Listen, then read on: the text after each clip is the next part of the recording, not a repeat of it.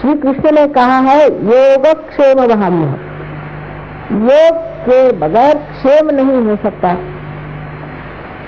हम परमात्मा की भक्ति करते हैं, परमात्मा को याद करते हैं, आर्तता से पुकारते हैं, लेकिन उनका हमारा अभी तक कोई अगर संबंध ही नहीं जुटा, अगर हम उनके राज्य में ही नहीं हैं, तो परमात्मा भी हमारी बात कैसे सुन सकते हैं। सुदामा जी को भी श्री कृष्ण से मिलने जाना पड़ा।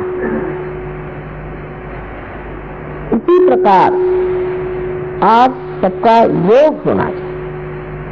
योग होने के बाद जो क्षेम है वो इतना सुंदर उतरता है कि लोग आश्चर्यचकित हो जाते हैं।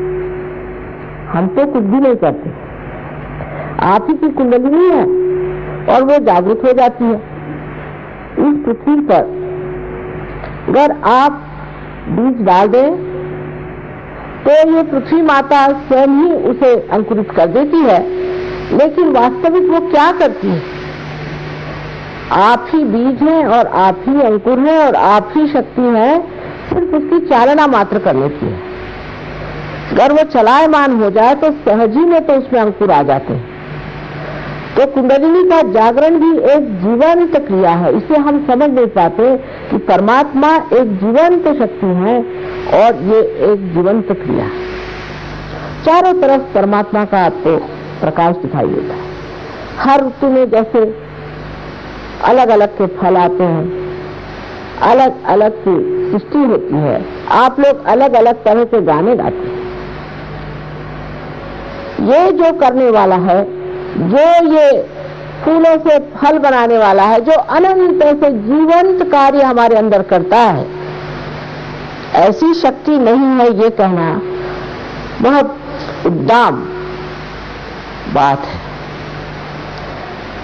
ऐसा सोचना तक अत्यंत उद्दामता की बात है। नम्रता पूर्वक सोचना चाहिए कि आखिर जो ये सृष्टि बनाई है, इसमें से हम तो अणु भी नहीं बना सकते। हम एक चाहे तो एक लकड़ी भी नहीं बना सकते। लकड़ी से लकड़ी बना सकते हैं, पत्थर से पत्थर बना सकते हैं, एक मरी हुई चीज से दूसरी मरी हुई चीज हम बना सकते हैं, लेकिन एक भी जीवंत कार्य तो आप कर नहीं सकते। मरा हुआ भी कार्य आप बना के दिखा दें कि एक चीज हमने खुद बनाई, तो आप बना नहीं सकते।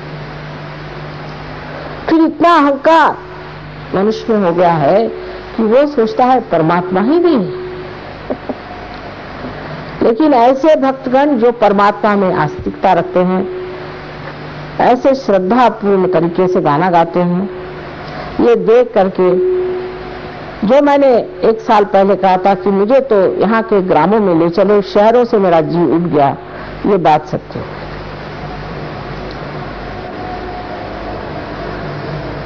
आज श्री कृष्ण ही की बात कहेंगे, क्योंकि आपके यहाँ श्री गोविंद जी का इतना सुंदर मंदिर है। श्री कृष्ण जी ने किस तरह से सहयोग किया था। जब वो छोटे से थे तो गोपियों को छेड़ते रहते थे।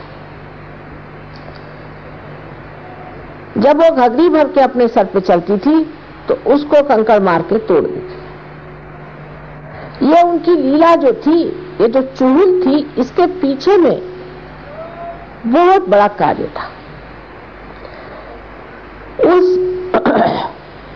जमुना जी में जिस राधा जी के पैर होते थे, वो राधा जी स्वयं राधा, रा माने शक्ति और धा माने धारणा करने वाली, उस शक्ति के पैर उसमें पड़ते थे।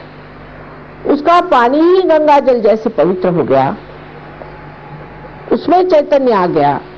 वो पानी भर के जब गोपियां चलती थी तो उनके कंकड़ मार के जो पानी उनके पीठ पर गिरता था, उससे उनकी कुंडलिनी जागृत करती थी। इसीलिए उनको लीलाधर कहते।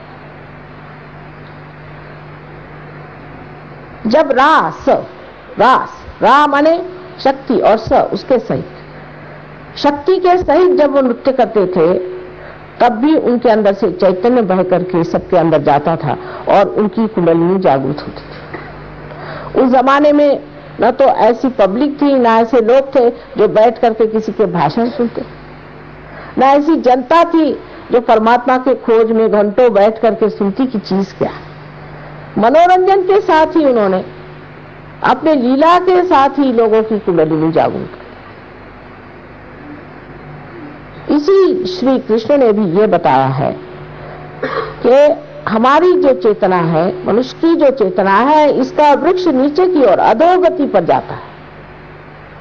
इसीलिए आप देखते हैं कि जो पाश्चिमात्य देश हैं, जो परदेशी लोग हैं, इनके देशों में जाकर देखिए तो नर्क खड़ा रखा हुआ। उनको कोई पाप पुण्य का विचार नहीं, माँ बहन का विचार नहीं, किसी भी धर्म का विचार नहीं, पूर्णतः अधोगति में घुस गए। उनसे अपने को कुछ सीखने का नहीं, क्योंकि इसकी जड़ें अपने मस्तिष्क में है। ऊर्ध्वगति को प्राप्त होना चाहिए। ऊर्ध्वगति प्राप्त कैसे होगी? उसके लिए कुंडलिनी का जागरण करना चाहिए। महाराष्ट्र में ज्ञानेश्वर जी बड़े भारी संत हो गए। जब उन्होंने ज्ञानेश्वरी लिखी तो गीता पे ही आख्यान है, लेकिन उसमें खोल कर उन्होंने लिख दिया कि ये कार्य कुंडलिनी के जागरण से ही होता है। उस पर लोगों ने ये बंधन लगाया कि जो छठा अध्याय है जिसमें लिखा गया है वो पढ़ना ही नहीं, बाकी चाहे जो करते रहिए। तो सब लोग मुंह में तंबाकू रख करके मीलों चल करके विट्ठल के मंदिर में विट्ठल विट्ठल विट्ठल चले जाना, पगला जाते हैं। कहते सर फोड़ डाला हमने। एक मुसलमान थे, शेख करके कहने लगे माँ नमाज पढ़ पढ़ के घुटने फट गए, पैदल चल चल के पैर फट गए, विट्ठल कहते कहते गला बैठ गया, लेकिन विट्ठल मिला नहीं। उसको कहीं जाने की जरूरत नहीं है, आप ही के अंदर सब कुछ समाया हुआ है। आप ही के अंदर शिव विट्ठल सारे देवी देवताएं बैठे हुए हैं। परमात्मा ने आपको अपने ही स्वरूप बनाया हुआ है, सिर्फ उस शक्ति को आपको जानना है। और ये कार्य सहज ही होना चाहिए। जैसे कल कोई साहब कह रहे थे कि ये तो बड़ा कठिन कार्य लोग कहते हैं, भनका कहने वाले कहते होंगे, लेकिन असलियत ये है कि जो मूलभूत चीज है वो सहज होनी चाहिए। जो जीवंत चीज है वो सहज होनी चाहिए, ये इसकी पहचान है। कल अगर आपको श्वास लेने के लिए किसी गुरु को बनाना पड़े और आपको जाकर के किताबें पढ़नी पड़े तो कितने लोग जीवित रहेंगे? इसी प्रकार ये एक जीवंत क्रिया है। सहज, सह माने आपके साथ पैदा हुआ, ऐसा ये योग का आपका जन्म सिद्ध अधिकार है। लेकिन उसको प्राप्त होने के लिए एक नम्रता चाहिए कि हमने अभी तक इसे प्राप्त नहीं किया, इसे हमें प्राप्त करना है बस। उसके बाद ये कुंडलिनी जो कि त्रिकोणाकार अस्थि में सुप्तावस्था में है, आप जागरूक होकर के आपके ब्रह्मरंध्र को छेदन कर देते। श्री आदि शंकराचार्य ने शुरुआत में एक बड़ा सुंदर विवेक चूड़ामणि नाम का ग्रंथ लिखा था। उसके बाद उनके अनेक इस तरह के ग्रंथ हुए। अंत में वो थक गए क्योंकि एक शर्मा नाम के बड़े भारी विद्वान थे, उन्होंने उनसे बहुत वाद विवाद किया। वो तंग आ गए, कहीं इन बुद्धिमान लोगों से कैसे बताया जाए कि तुम्हारे बुद्धि में प्रकाश ही नहीं, तुम बात क्या कर रहे हो हवाई।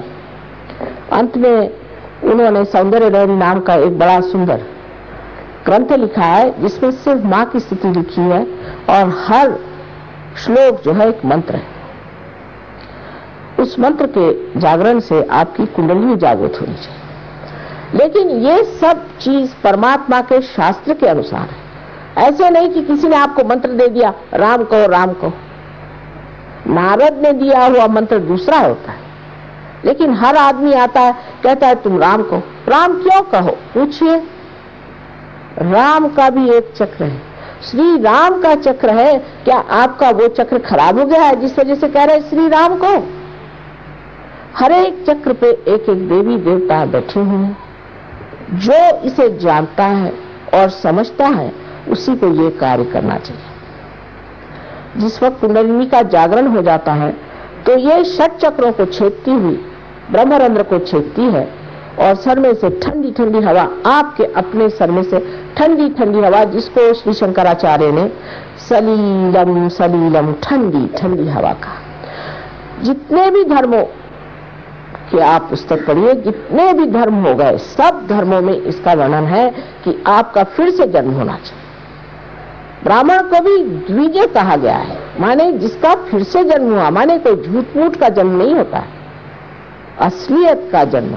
माने ये कि आपका ब्रह्मरंध्र छेद करके कुंडलिनी का जब जागरण होता है तो आपका दूसरा जन्म होता है कि आप आत्मा स्वरूप हो जाते हैं।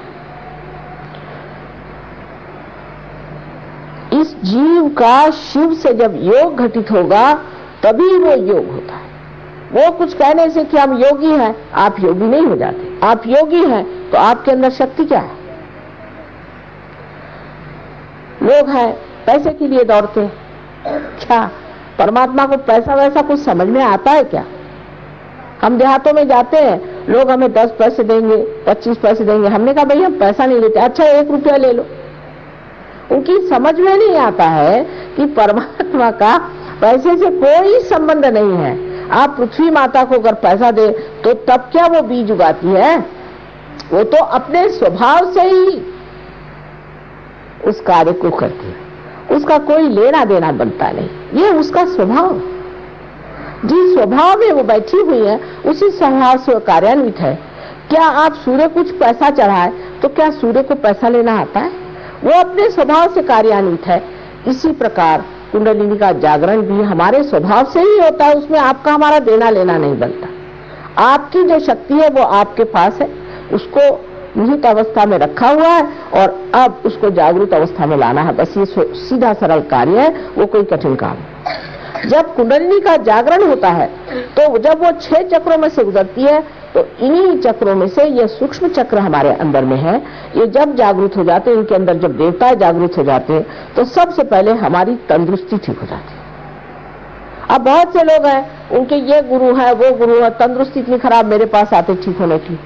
मैंने कहा भाई एक माँ की दृष्टि से मैं पूछती हूँ कि तुमने गुरु रख छोड़े तो किस दिन के लिए? कम से कम तुम्हारी तंदुरुस्ती तो अच्छी रखे। माँ तो यही कहेगी होंगे गुरु होंगे, लेकिन क्या उन्होंने तुम्हें क्या फायदा किया? और कहा गया है नानक साहब ने कि जो साहिब से मिली है, जो साहिब से मिला है वही सदगुरु है। और सारी बातें करने से फायदा क्या? सिर्फ बातें करते रहते हैं। बात करने से कोई पेट भर सकता है या बात करने से क्या आत्मा प्राप्त हो सकता है? ये तो कृति है जिसे करना चाहिए। और जब तक ये कृति घटित नहीं होती तब तक आपको भी अंधता से नहीं चलना चाहिए। हमारे देश में 2 तरह के लोग मैंने देखे, एक तो अंधता में फंसे हुए हैं और एक तो बिल्कुल ही उद्दामता में। इन दोनों के बीच में सहयोग खड़ा करना बड़ा मुश्किल था, लेकिन हो गया।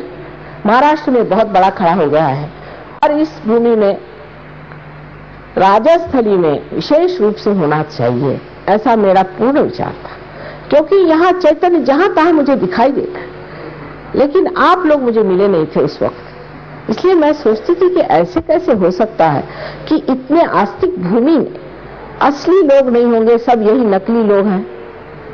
अब आपसे मिल लिया है तो कुछ न कुछ कार्य जरूर हो सकता है। कुंडलिनी के बारे में एक भाषण में तो कोई बता नहीं सकता, लेकिन ये आपकी शुद्ध इच्छा है। आपकी बाकी की जितनी भी इच्छाएं हैं वो अशुद्ध है। क्योंकि आज इच्छा हुई कि हमारे पास जमीन नहीं, फिर इच्छा हुई कि हमारे पास घर नहीं। कोई भी इच्छा पूर्ति होने से इच्छाएं पूर्ण नहीं हो जाती। दूसरी इच्छा आती, तीसरी इच्छा आती, चौथी इच्छा आती। ये तो अर्थशास्त्र इकोनॉमिक्स का बड़ा भारी सिद्धांत है कि पूरी इच्छाएं कभी पूर्ण नहीं होती। तो वो कौन सी चीज है जिसको प्राप्त करने से फिर कोई इच्छा ही नहीं रह जाती? वही शक्ति जिसे कि शुद्ध इच्छा कहना चाहिए। ये शुद्ध इच्छा हमारे त्रिकोणाकार अस्थि में व्यवस्थित रूप से परमात्मा ने रखी हुई है। और ये शक्ति शुद्ध इच्छा की जब जागृत हो जाती है और जब योग घटित होता है तो अब लेने का क्या है, पाने का क्या है, अब देने का है। जब तक प्रकाश आता नहीं तब तक इस पर मेहनत होती है कि दीप कैसा जलाया जाए। लेकिन जब वो जल जाता है तब वो प्रकाश देता है। इसी प्रकार आपके भी अंदर ये दीप है और आप परमात्मा के मंदिर हैं, उसमें सिर्फ दीप जलाना मात्र है। अब लोग कहते हैं आप पापी हैं, आपने ये पाप कर्म किया, वो पाप कर्म किया, इसलिए भोग रहे हैं, वो कर रहे हैं, इसलिए इतना रुपया चढ़ाओ, पैसा चढ़ाओ। ये सब बेकार बात है। परमात्मा ने आपको मनुष्य स्थिति में ला दिया। पशु माने जो पाश में है उससे ला करके स्वतंत्रता में रख दिया है। अब स्व के तंत्र को जानना है।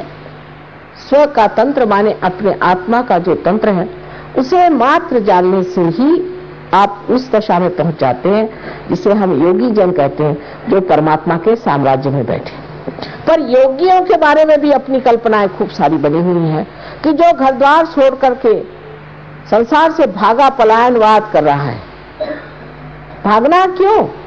हमारे यहाँ जितने साधु संत हुए सब घर द्वार में बैठे। किसने शादी नहीं की थी?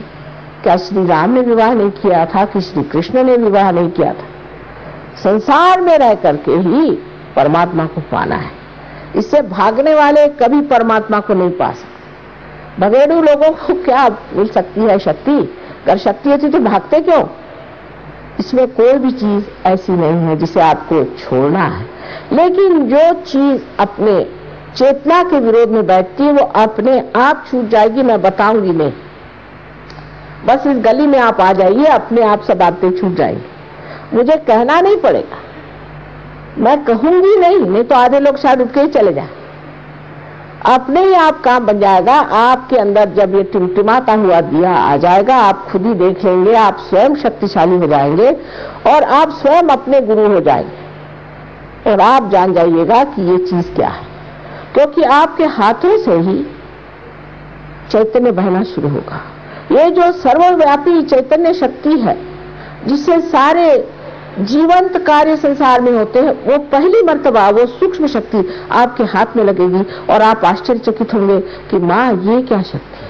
अब बस इतना बताना है कि अगर इस उंगली में जलन हुई या इस उंगली में ठंडक आई या इस उंगली में कुछ हुआ तो ये कौन से चक्र है। इस तरह से 5, 6 और 7 चक्र हमारे अंदर जो है वो इस हाथ में और इस हाथ में, इधर भावना और इच्छाएं और इधर शरीर और बुद्धि, जिसको कि हम कहते हैं कि कार्य शक्ति। तो इधर जो है इच्छा शक्ति है और इधर कार्य शक्ति। ये दोनों शक्तियां के बीच में जो शक्ति है वो धर्म शक्ति है। इसका ये मतलब नहीं धर्म शक्ति का कि आप ढकोसलेबाजी करें। धर्म जो है वो हमारे अंदर का पूरा बैठा हुआ एक मानव का स्वरूप है। जैसे कि कार्बन के अंदर 4 वैलेंसी होती है, ऐसे मनुष्य के अंदर 10 है। ये 10 धर्म कर मनुष्य के अंदर नहीं हो तो मानव नहीं है और इससे संतुलन आ जाता है। और संतुलन इसलिए जरूरी होता है कि जब किसी चीज की उड़ान करनी होती है तो उसमें अगर संतुलन नहीं रहे तो वो चीज उड़ ही नहीं सकती, कायदे से चढ़ नहीं सकती। इसलिए धर्म की लोगों ने व्यवस्था की, बड़े बड़े सत्पुरुषों ने, कि धर्म मनुष्य अपने अंदर जागरूक करे, धर्म में बैठा रहा और जब उसके अंदर धर्म जागरूक होगा तब उसकी कुंडलिनी बहुत ही आसानी से चढ़ जाएगी। अब इसके लिए ये मतलब नहीं कि आपने कहाँ जाकर के धर्म करने का, ये मतलब नहीं कि आप जाकर के कितने लोगों को आपने पैसा बांटा कि क्या किया। धर्म का मतलब है एक ही अक्षर में मैं बताऊं कि क्या आप प्रेमी जन है। प्रेम यही आत्मा का स्वरूप है, उसका प्रकाश सत्य है। लेकिन प्रेम परमात्मा ने किया, इसीलिए सारी सृष्टि रची और आपको बनाया और उसी प्रेम में ही उसने आपका सत्कार किया हुआ है, आपको आवाहन किया है कि आप उनके दरबार में पधारें और व्यवस्थित रूप से अपने कृपालु पिता का जो कुछ आशीर्वाद है उसका पूरी तरह से उपभोग लें। आपको किसी तरह से दुख ताड़ना देने का उनका कभी भी विचार नहीं था और न वो कभी देते हैं। जो देती है तकलीफ वो हमारे ही बनाए हुए घरोंदे और हमारे ही बनाए हुए जेल, हमारे ही दिमागी जमाखर्च से इंसान ने जो घरौंदे बनाए हैं उसी का दुख हम उठाते हैं। परमात्मा ने तो सारी सृष्टि जैसे पक्षियों के लिए गाने के लिए बनाई है, ऐसे आपके लिए भी आनंद की बनाई। उस आनंद की स्थिति में आपको जाना है। और कल मैं आपको और सहजों के बारे में, चक्रों के बारे में बताऊंगी, और परसों मैं आपको आत्मा का स्वरूप बताऊंगी। इस भाषण का तो कोई अंत नहीं, मेरे न जाने हजारों भाषण हो चुके हैं, और तो भी सब लोग कहते हैं कि माँ हर बार आप कोई नई बात कहती हैं। लेकिन सबसे बड़ी बात है कि सबसे जो अपना सत्य है वो एक है कि हम आत्मा स्वरूप है, उसे प्राप्त होना है। बस इस चीज को पाते ही सारा प्रकाश हमारे अंदर आ जाता है। जो हमारे यहाँ बड़े बड़े संत हो गए, क्या वो लोग पढ़े लिखे लोग थे? किसी यूनिवर्सिटी के पढ़े हुए थे? कुछ भी नहीं। उन्होंने कुछ पढ़ा नहीं था, लेकिन सारा कुछ उनके अंदर स्थित था, क्योंकि उनके सुकृत ऐसे थे, पूर्व जन्म के सुकृत थे, जो सारे सुकृत प्रकाशित हो गए थे, इसलिए इतने ज्ञानी लोग थे। इसी प्रकार आपकी भी घटना घटित होती है, और ये बहुत सहज और सरल कृति है, और आप लोग चाहें तो अभी इसी वक्त ये घटना हो सकती है। ये कह रहे करवाइए, आप लोगों का क्या कहना है?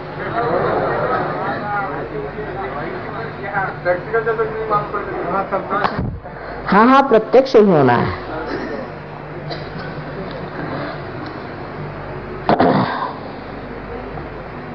होने को तो बहुत आसान है, लेकिन जैसे हमारी स्वतंत्रता हमें आसानी से मिले तो उसकी परवाह नहीं रही है। ऐसा ही हो जाता है कभी कभी कि बहुत ही सहज काम हो जाता है। लेकिन अंकुरित होना बहुत आसान है, पर उसका वृक्ष बनाना आपके हाथ में है। इसीलिए अभ्यास करना पड़ेगा, थोड़ा सा उस पर ध्यान देना पड़ेगा कि अपनी कुंडलिनी को हम किस तरह से स्थित रखें। अगर ये आप सीख लें तो आप स्वयं एक से एक गुरु हो जाएं। तो इतना मुझे वचन होना चाहिए कि पार तो हम करा देंगे, लेकिन पार होने पे जमना पड़ेगा। थोड़ा जमने की व्यवस्था यहाँ पर हो जाएगी। उसके लिए कोई आपको मेहनत करनी नहीं, खास कोई विशेष बात नहीं है, बहुत सर्वसाधारण सी बात है, पर थोड़ा ध्यान देना पड़ेगा। और ये जानना चाहिए कि परमात्मा जैसे हैं वैसे हैं, उनको हम नहीं बना सकते। उनके बारे में हम नहीं कह सकते कि परमात्मा ऐसे ही होना चाहिए, इसमें ऐसा ही होना चाहिए, उसमें वैसा ही होना चाहिए। जो है सो उसे देखिए। जैसे कि एक साइंस का आदमी होता है, वो आंख खोल करके देखता है कि आगे क्या चीज है, इसी प्रकार परमात्मा को भी देख कर जानिए। ये नहीं कि हमारे बाप दादों ने कहा, हमने फलानी किताब में पढ़ा, ये बात नहीं। जो सत्य है उसका प्रत्यक्ष होना चाहिए।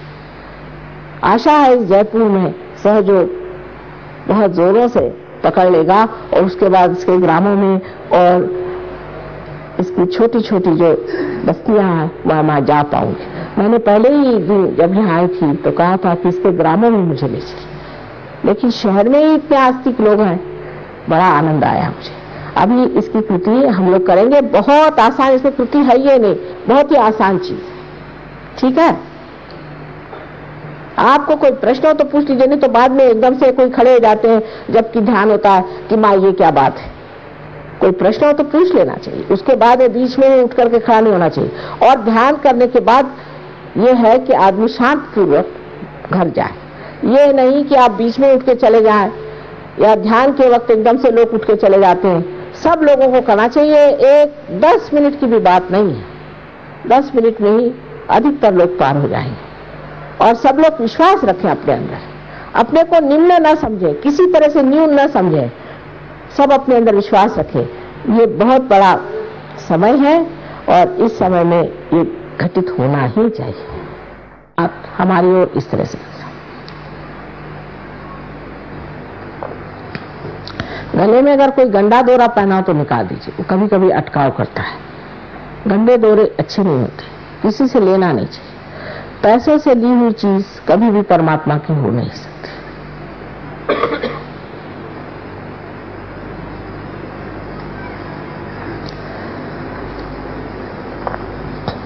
अब मैं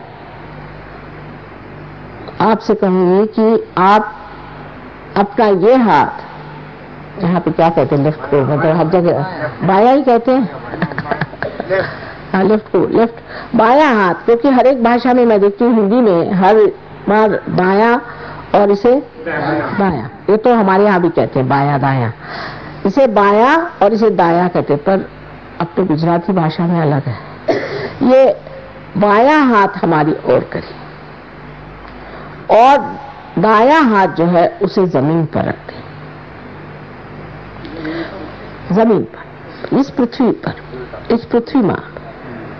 अब श्री गणेश जी को स्मरण करना चाहिए, क्योंकि कोई भी कार्य करने से पहले उनको स्मरण करना बहुत जरूरी है। श्री गणेश जी को स्मरण करके आप बायां हाथ मेरी ओर और दायां हाथ जमीन पर रख दीजिए। सब लोग इत्मीनान से पहले बैठ जाएं। पृथ्वी मां का बड़ा हमारे ऊपर उपकार है, विशेषकर इस भारत भूमि का।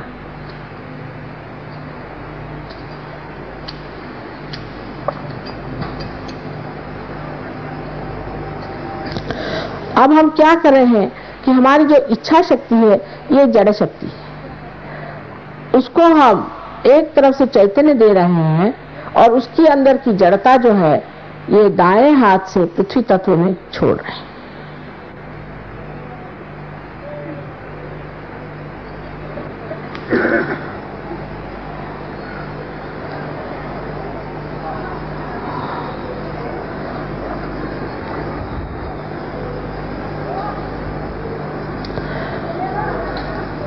अब ये दायां हाथ हमारे ओर करें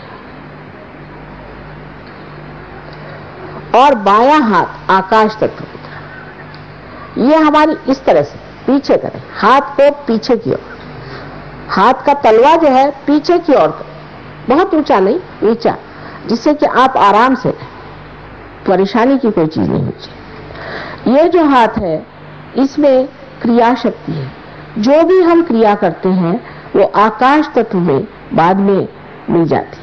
उससे जो हमारे अंदर अहंकार आदि दोष होते हैं वो आकाश तत्व में भूल जाने चाहिए, इसलिए इसे आकाश की ओर हम अग्रसर करते हैं। अब हम देख रहे हैं कि आपके एक चक्र बहुत जोर से पकड़ रहा है, जिसे हम कहते हैं कि लेफ्ट विशुद्धि। ये चक्र इसलिए पकड़ रहा है कि आपके अंदर ये भावना है कि मैं कैसे पार हो सकता हूं, ये कैसे हम कर सकते हैं, मैंने तो ये पाप किया, मैंने वो पाप किया।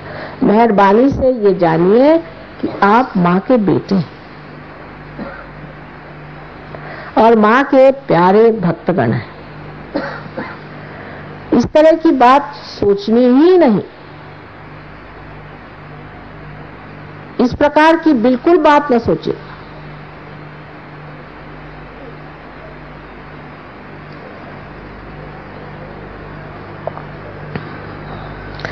अब आप लोगों को एक दोनों हाथ इस तरह से कर लेना चाहिए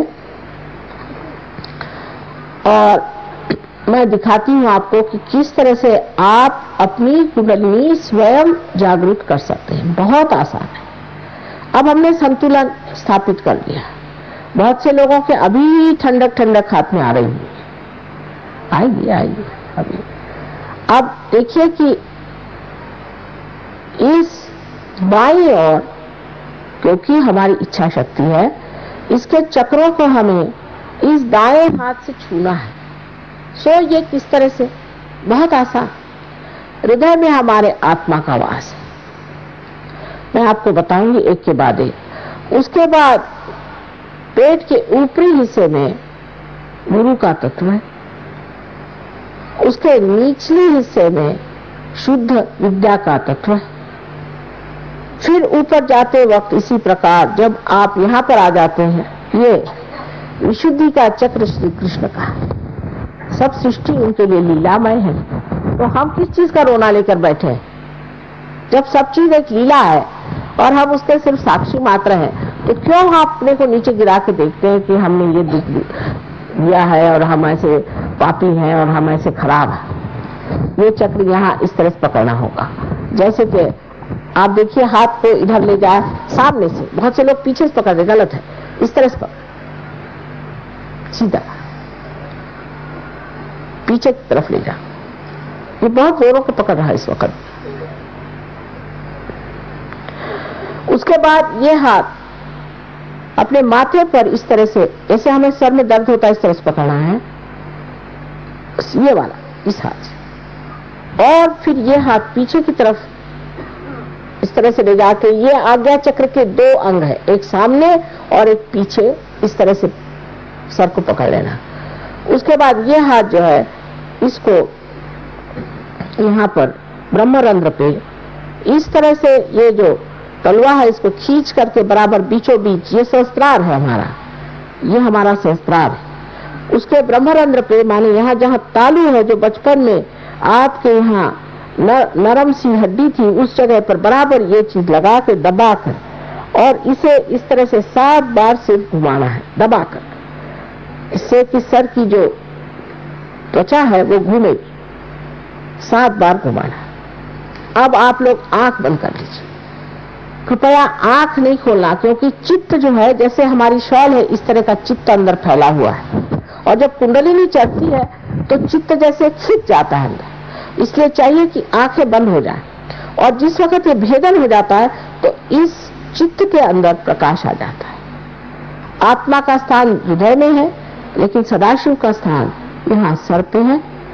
जिस वक्त उनके चरण छू जाते हैं कुंडलिनी से, तो आत्मा जागृत होकर के हमारे यहाँ से ठंडी ठंडी हवा आने लग जाती है, और हाथ से भी ठंडी ठंडी हवा आने लगती है। अपने पे पहले विश्वास रखें, पूर्ण आत्मविश्वास से काम होने वाला है। अच्छा, अब ये हाथ इस प्रकार हमारी ओर रखें, ये आपकी इच्छा शक्ति है, बिल्कुल सादी चीज है। इस हाथ को हमारी ओर रखें, और इस दाएं हाथ को, जो कि क्रिया शक्ति है, जैसे मैं बताती हूँ, एक एक चक्र पे रखें। अब आंख न खोलिएगा, कृपया आंख को नहीं खोलना है। अब ये जो दायां हाथ है इसे अपने हृदय पे रखें। अब उल्टा भी कर रहे हैं कुछ लोग। मैंने कहा था कि बायां हाथ मेरे ओर करें, बायां हाथ मेरे ओर करें, नहीं। और अब ये जो दूसरा हाथ है जिसे दायां कहते, इसे हृदय पे रखें और आंख बंद करें। आप प्रसन्न चित्त बैठे, प्रसन्न चित्त बैठना चाहिए, क्योंकि सारे जन्म जन्मांतर का जो फल है आज फलद्रूप होने वाला है, इसलिए प्रसन्न चित्त बैठे। कोई भी घबराने की चीज नहीं। कुंडलिनी आपकी माँ है, आपकी अलग अलग व्यक्तिगत माँ है, और वो आपको इतने प्यार से पुनर्जन्म देती है कि आपको आश्चर्य होगा। अब इस दाएं हाथ को हृदय पे रख के और मन में कहिए पूर्ण श्रद्धा के साथ, एक सवाल मुझसे पूछना होगा कि माँ, क्या मैं आत्मा हूँ? ये सवाल पूछिए, पूर्ण हृदय से पूछे, माँ क्या मैं आत्मा हूँ? नहीं, मन में पूछिए, जोर से नहीं, नहीं जोर से नहीं पूछिए, मन में पूछिए।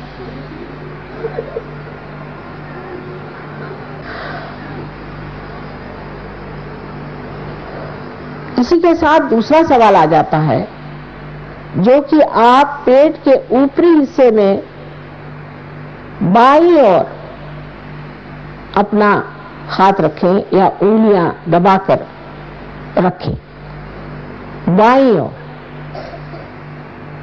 दायां। अब दूसरा सवाल ये पूछिए आप अपने से, माँ क्या मैं अपना गुरु हूं? माँ मैं क्या स्वयं का गुरु हूं? अगर आप आत्मा है तो दूसरा सवाल उसके साथ ही चलता है। पूछिए, 3 बार पूछिए पूर्ण विश्वास के साथ।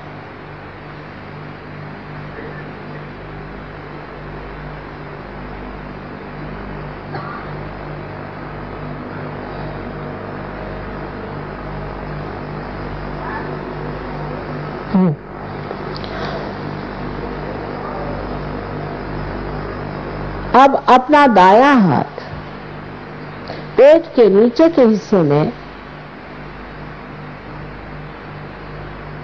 बाईं ओर रखें, दबा के। ये मैंने कहा है कि शुद्ध विद्या का चक्र है। इस जगह मैं आपसे ये कहना चाहती हूं कि आपको परमात्मा ने स्वतंत्रता दी है, चाहे आप स्वर्ग में जाएं चाहे न जाएं। इसलिए मैं आप पे कोई जबरदस्ती नहीं कर सकती। आपको अपनी स्वतंत्रता में कहना होगा कि माँ मुझे कृपया शुद्ध विद्या दीजिए। शुद्ध विद्या माने परमात्मा के कायदे कानून की विद्या। माँ मुझे शुद्ध विद्या दीजिए, आप दीजिए, इस तरह से कहना होगा। पूर्ण हृदय से कहें, मुझे शुद्ध विद्या दीजिए, मुझे पवित्र विद्या दीजिए। ये कहने से ही कुंडलिनी जागृत होगी।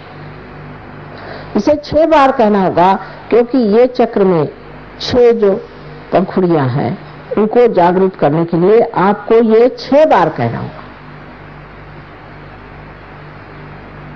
हाँ,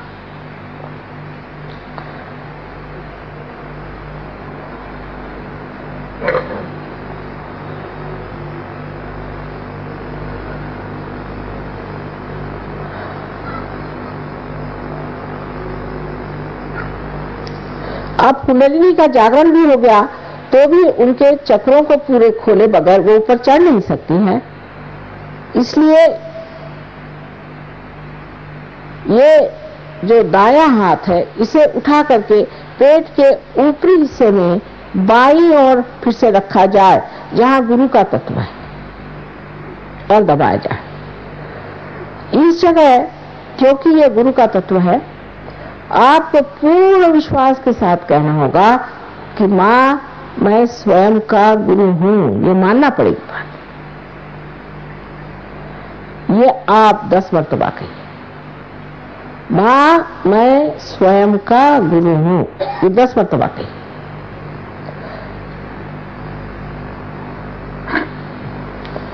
ये बात आत्मविश्वास के साथ आपको कहना होगा। ये गुरु का तत्व अनेक सदगुरुओं ने बनाया हुआ है। विशेषकर 10 महान गुरु जो इस संसार में बार बार जन्म लेते हैं, 10 तत्व जो गुरुत्व के हैं, उन्होंने ये चक्र हमारे अंदर बनाया हुआ है। इसलिए कहना होगा कि माँ मैं स्वयं का गुरु हूं। इसे 10 बार कहिए, लेकिन अपने पर पूरा विश्वास रख के कहिएगा।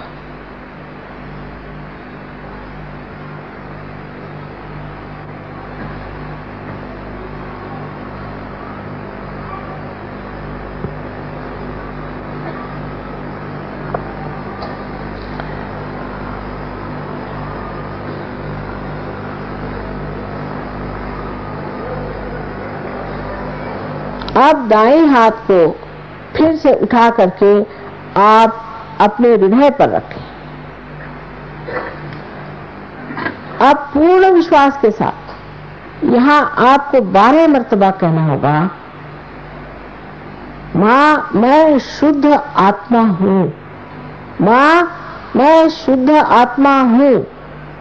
इस प्रकार आपको 12 मर्तबा कहना होगा, क्योंकि हृदय चक्र में 12 पंखुड़ियां हैं।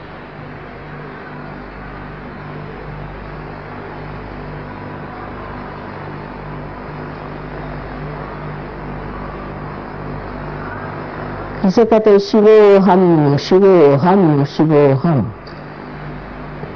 मैं शुद्ध आत्मा। पूर्ण आत्मविश्वास के साथ ये बात कहनी चाहिए। एक बात और है कि परमात्मा जो है ये दया के सागर, करुणा के सागर, प्रेम के सागर है ही, लेकिन सबसे अधिक और महत्वपूर्ण क्षमा के सागर है। इसलिए हम ऐसी कोई सी भी नहीं गलती कर सकते जो वो क्षमा नहीं कर सकते। अगर ऐसा कहना कि हम दोषी हैं, हमने ये पाप किया है, तो इसका मतलब है कि आपने उनकी क्षमा की शक्ति का वर्णन नहीं किया। इसलिए आप अपने को पहले क्षमा करें। अब ये जो आपका दायां हाथ है, राइट हैंड है, इसे ठीक से उठा करके जैसे मैंने दिखाया था, कंधा और गर्दन के बीच में जो कोण होता है वहां जोर से दबा कर पकड़े, और इस जगह आपको कहना होगा पूर्ण आत्मविश्वास के साथ 16 मर्तबा, क्योंकि आप जानते हैं श्री कृष्ण की 16 कलाएं। कहना चाहिए कि माँ मैं दोषी नहीं हूँ, माँ मैंने कोई दोष नहीं, मैं पतित नहीं हूँ, मैं पापी नहीं हूँ, मैं दोषी नहीं हूँ। इस प्रकार 16 मर्तबा पूरे विश्वास के साथ आप कहिए। सामने से हाथ रख, नहीं सामने से हाथ रखिए, सामने से, इनसे भी कह राधे श्याम जी से, सामने से, सामने से। इस तरह से पीछे से हाथ नहीं लेना है, सामने से लीजिए, इस तरह से ऐसे घुमा के, जनऊ हाथ जिसे कहते हैं, हाँ इस तरह से लीजिए, इसे जनऊ हाथ कहते हैं। उस तरह से जब लाठी घुमाते वक्त जनऊ हाथ आपने देखा होगा, वो जनऊ हाथ। 16 मर्तबा कहिए अपने ऊपर पूर्ण विश्वास रखते हुए। प्रकृति माँ ऐसी हो सकता है क्या? हाँ, प्रकृति माँ मैं दोषी नहीं, उसका कोई विश्लेषण नहीं हो सकता। जो सामान्य है उसी में असामान्य छिपा हुआ है, वो अपने आप कार्यान्वित होता है, सूक्ष्म है वो। हाँ,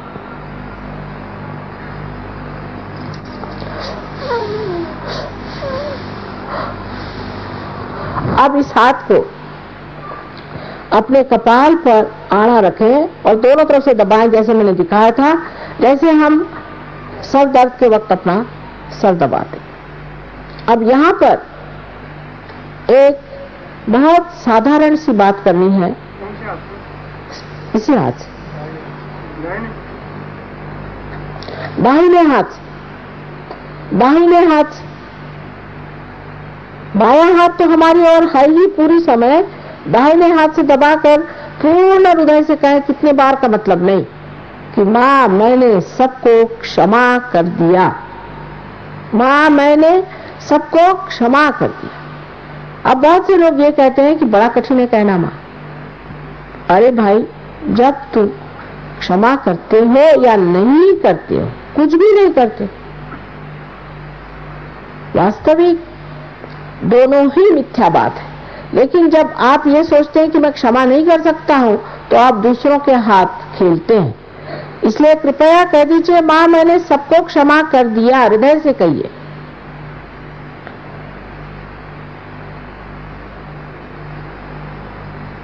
अब अपने समाधान के लिए आप इस हाथ को पीछे की ओर, सर के पीछे की ओर रख के जरा पीछे ऐसा हाथ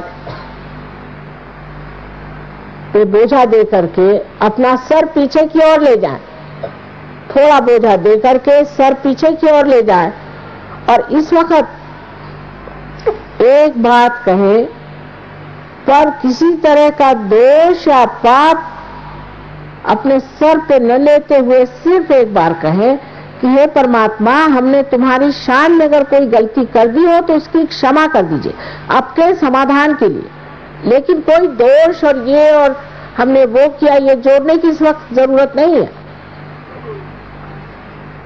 पूरे हृदय से कहें कि हे परमात्मा, मेरी हाथ से कोई गलती हो गई हो, मैंने आपकी शान में कोई ऐसी गलत बात कर दी हो जो ठीक नहीं है, उसे आप कृपया क्षमा कर दीजिए।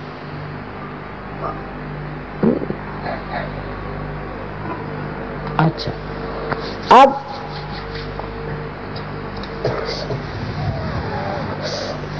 अब अपने हाथ को पूरी तरह से तनाव के साथ खोलें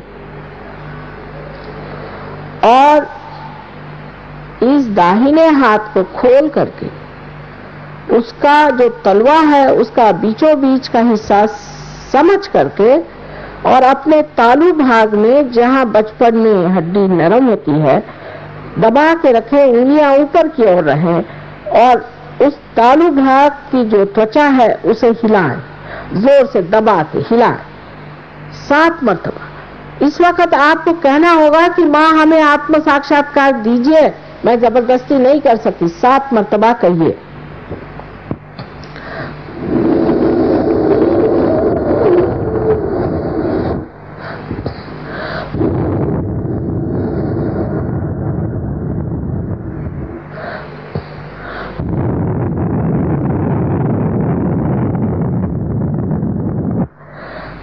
हमें आप आत्म साक्षात्कार दीजिए, कृपया आत्म साक्षात्कार दीजिए।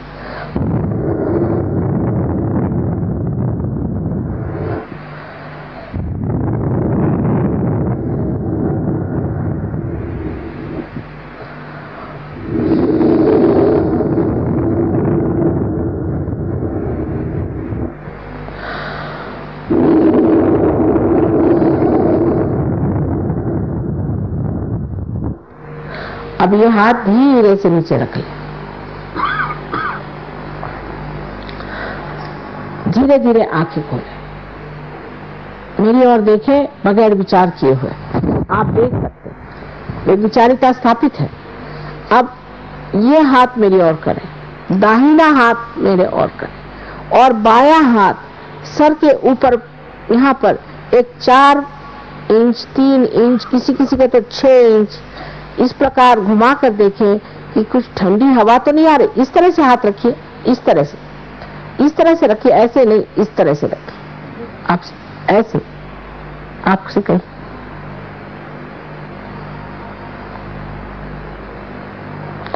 आ रही ठंडक नहीं, आप तो उल्टा ही करे जा रहे हैं तब से। ये हाथ मेरी ओर करें, हाँ, और इसे ऊपर रखिए, ऊपर में, ऊपर हाथ से अधांतरी ऊपर में रहना। आ रही ठीक है, आनी चाहिए, ना ही नहीं करो। 1 मिनट शांति करो, निर्विचार में रहो। जरा ऊपर करो, आएगी। अब ये हाथ मेरे और करें और अब देखिए आ रही ऊपर में।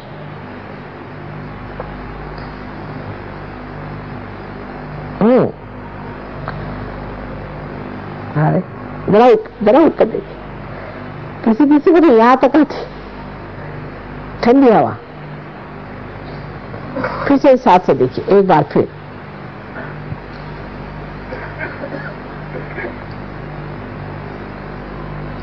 है हाँ, चित्त करो, यहाँ पे चित्त रखना है। अपना चित्त यहाँ रखिए, देखिए ठंडक सी हवा आ रही। हाँ, अब ये दोनों हाथ आकाश की ओर करके ये पूछे कि क्या माँ ये परमात्मा की ब्रह्म शक्ति है, ये उनकी क्या प्रेम शक्ति है, क्या यही वो शक्ति है जिससे सारी सृष्टि चलती है?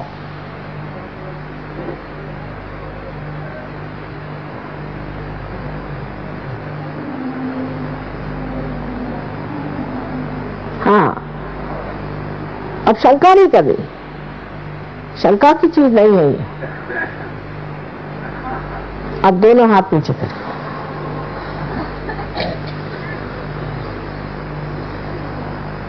देखिए हाथ में ठंडक आ रही है।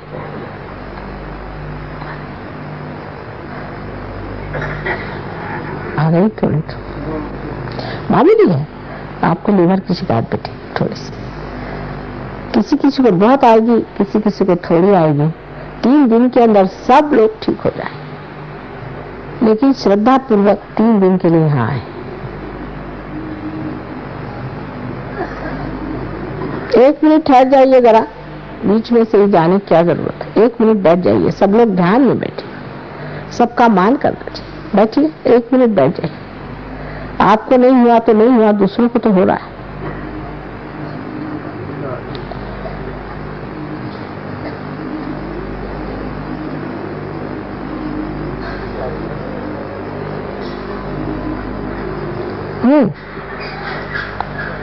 अरे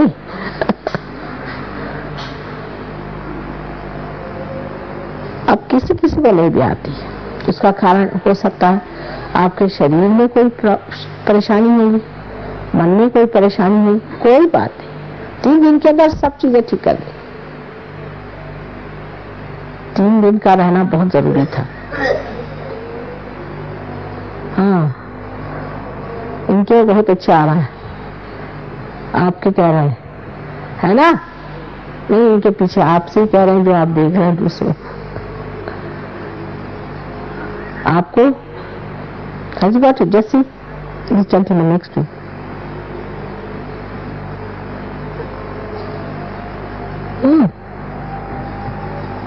आपके अब हमारी ओर आप बिल्कुल विचार किए बगैर देख सकते हैं।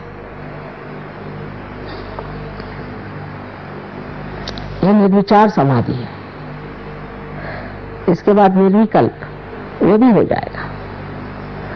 ये शुरुआत एकदम अत्यंत सूक्ष्म तरह से एक बाल की जैसी कुंडलिनी उठती है, जिसे ब्रह्म नाड़ी कहते हैं, उसके अंदर से, और फिर धीरे धीरे खोलते हुए चक्रों को जाती है। और भी जब चक्रों का प्रस्तार बढ़ जाता है तो कुंडलिनी के और भी जो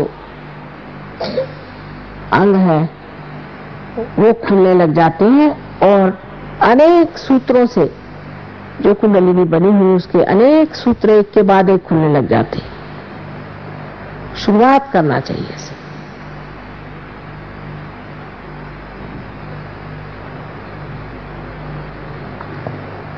सारे संतों को हमारा नमस्कार।